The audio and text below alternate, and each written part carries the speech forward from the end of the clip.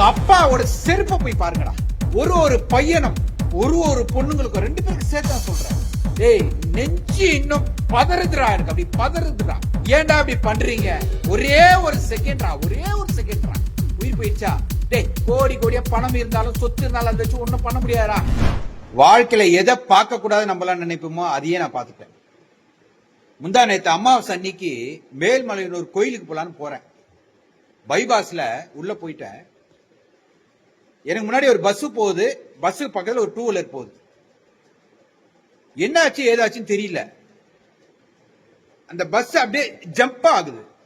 என்னடா அது ஜம்ப் ஆகுது? நான் தான் கார் டிரைவ் பண்றேன். என்னடா ஜம்ப் ஆகுதுன்னு பார்த்தா பஸ் போனது பார்த்தா பின்னாடி அந்த பையன் ஒருத்தன் தலை நசுங்கி கிடக்குறான். மூளையெல்லாம் வெளியில வந்து தலை நசுங்கி கிடக்குறான். 2 வீலர் அந்த பக்கம் பத்திரமா இருக்கு. எனக்கு என்ன சொல்றது, அப்படியே வண்டி எதுக்கு முன்னாடி ஓரம் கட்டிட்டேன். ஒரு செகண்ட் எனக்கு கை கால்லாம் உதற ஆரம்பிச்சிருச்சு. ஏன்னா நான் அந்த இடத்துல வந்து அந்த பையனை நமக்கு ஒரு புள்ள இருக்கா, நம்ம என் புள்ள மாதிரி தான் அவனு நினைச்சேன். ரொம்ப வந்து ஒரு 5 நிமிஷம் எனக்கு என்ன சொல்றது, என்னால போய் அதை பார்க்கவும் முடியல. ஏற்கனவே பார்த்துட்டேன்னா அதை போய் திருப்பி பார்த்து அவன் உயிரோட இருக்கானா காப்பாத்தலாம்ன்றது என்னால பண்ண முடியல. இந்த வீடியோ எதுக்கு தெரியுமா மெயினா போடுறேன்? இந்த பிள்ளைகளுக்காக தான். அதுக்கு முன்னாடி இந்த பிள்ளைகளுக்கு ஒரு விஷயம் நான் சொல்ல ஆசைப்படுறேன். ஒரு பையனும்